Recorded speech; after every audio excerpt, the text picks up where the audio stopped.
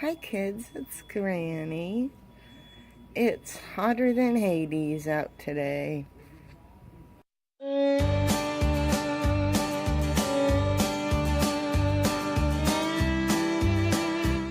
I've been playing with clay. Wanna see? Do you wanna see? I did all of these like in the last, I don't know, week, I guess. Oh, except for Jesus back here. I did him a long time ago. He doesn't count. Okay. That's not nice. Jesus does count. This was an experiment using what's called the broom handle method. That it's a little thicker than I would like, a little plainer than I would like. But anyway, there's that. And there's a bear that Michael says looks like a pig. I think his eyes needed to go higher up on his head to make him look like a bear. And I invented this cool little thing. Okay, it's a teepee, right? And you put it over a tea light, like so. And then when you light the tea light, you get a little lamp, a little lit up teepee thing. I don't know, I thought it was a cute idea. And this came out kind of accidentally beautiful. I really like the way that finish came out, and I don't know what I did to make it happen, which is often the case with my stuff. I don't know what I do to make stuff happen. See how this one's more model-y looking? It's like modeled. And part of it is the texture that's left when I paint the slip on. You can kind of see the brush strokes from brushing the slip on. And part of it's just the texture and the bumpy lumpiness of the clay. But this one, for some reason, came out with nice horizontal ridging and striping, and yeah, I like it. It looks glazed, but it's not. It's not even fired yet. What else? This is what I call a sack bowl, because it's just kind of like a sack. It's actually, it would be called a seed pot, but I call it a sack bowl. Whatever. This is nice and shiny. I really like getting this shine on them so that they look like apples, like shiny apples. Yay! So now the idea is to get these fired somehow, but the local fire department doesn't like it when I fire things. Oh, one more thing to show you. Here he comes. Here he comes. Hello. Hello.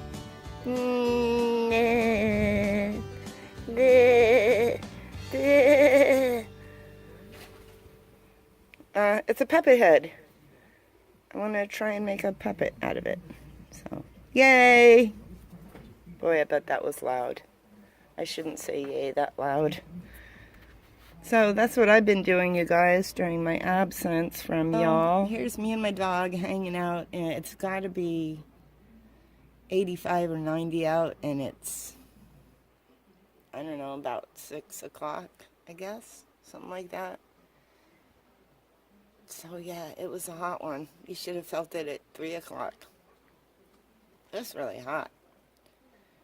And I was outside in it because I don't care. I love the heat. As long as I can go inside, you know, and get a cold soda, wash my face when it gets clogged with clay. Oh my gosh, when I washed my face and hands this afternoon, you wouldn't believe how much clay was like in the pores of my face. That's because I did a little sanding on a couple of my pieces, and you're not supposed to do that without a mask on because it contains chemicals known to the state of California to cause cancer. When I washed my face, it was like all this orange stuff came out of my face. No Trump jokes, please. So, I hear blue jays. I hear dogs barking. Pretty soon the goats are going to start screaming because it's their dinner time. But this is like kind of a quiet moment in my neighborhood. All the guys with power tools have gone home. Everybody's kind of inside having dinner and cooling off from the day and stuff. It's really quiet. I think you and I are the only ones really outside right now, Mea. Anyway, I think my garden wants a drink, so let's do that.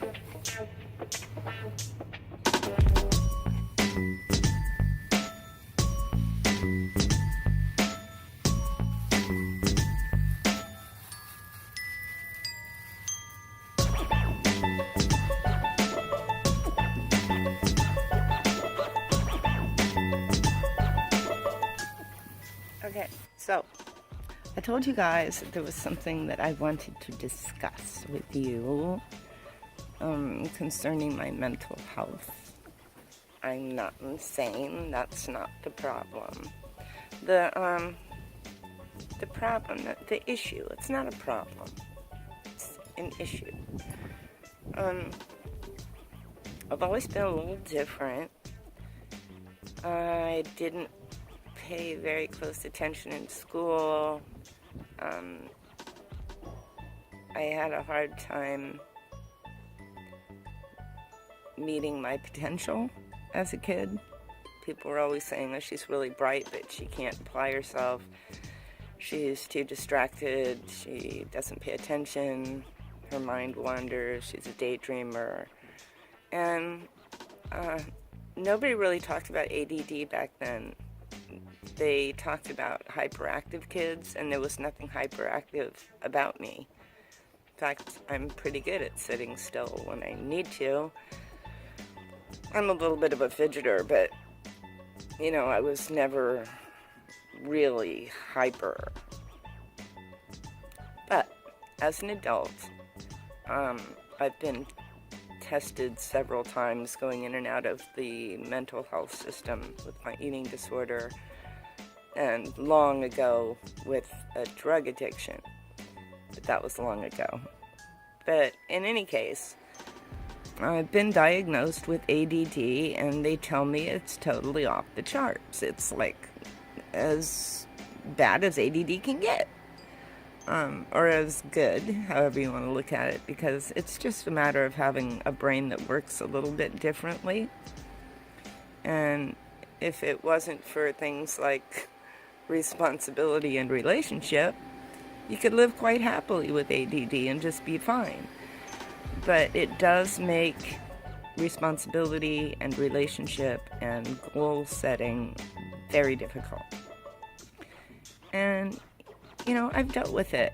I've applied different tools that counselors and helpers have given me.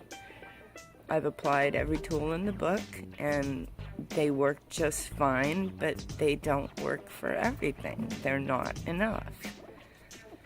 I mean, you know, you can make to-do lists to help yourself remember things, but it's not going to help you remember to put the grocery list in your purse or your pocket before you leave the house. You can't write a note for absolutely every move that you have to make during the day. I have a calendar, but I mean, I can look at a date coming up and still miss it. I can know an appointment is coming and still miss it. And, an hour later, it's like, oh, that's right. Oh my God, I had an appointment. It's so much stress and so much guilt. And it makes me feel like because people get neglected and things get neglected that I really need to take care of. Fortunately, I deal with Sundays pretty well. I seem to always know when it's Sunday and what I have to do, which is interesting. In any case, I made a decision on my 58th birthday that I was going to talk to my GP, or my primary caregiver, about finally trying some medication for my ADD. It's something I've always avoided. And yet, at 58, I'm thinking, well, geez, if I could spend the remaining 20, 25 years of my life with a brain that actually worked, like, to everybody else's satisfaction, how awesome would that be? I mean, I don't even know what that would be like. It would be so awesome. And so I had put my mind to this. I was going to call my doctor. I was going to make an appointment. I was going to go in there and talk to her about it. And then I got on the computer and I started doing a little more research on the medications that are used for ADD. And they're all stimulants. And it's not that I have a big problem with stimulants per se. It's just that with my anorexia and my issues with appetite, I know from experience and just from general knowledge that stimulants wreck your appetite. They really can lessen your appetite. And that would be like the worst thing in the world for me. So, damn it. This is just something that's going on in my head, weighing these pros and cons. And as wonderful as the pros seem, the cons are just too con. You know what I mean? So that's kind of where I stand with it right now. If any of you guys have experience with ADD or its medications or eating disorders and how they work with medications for ADD, I don't know, I would be interested in knowing that. So share your knowledge with Granny. Granny. I'm a granny. And I'm thinking about getting help with ADD. It seems like a kid's disorder, but it's really not. There are plenty of adults dealing with ADD out there in the world. There is. There's a lot of us. Anyway, you guys, stay happy, stay healthy, and remember, Granny loves you. Talk to you guys next time. Bye.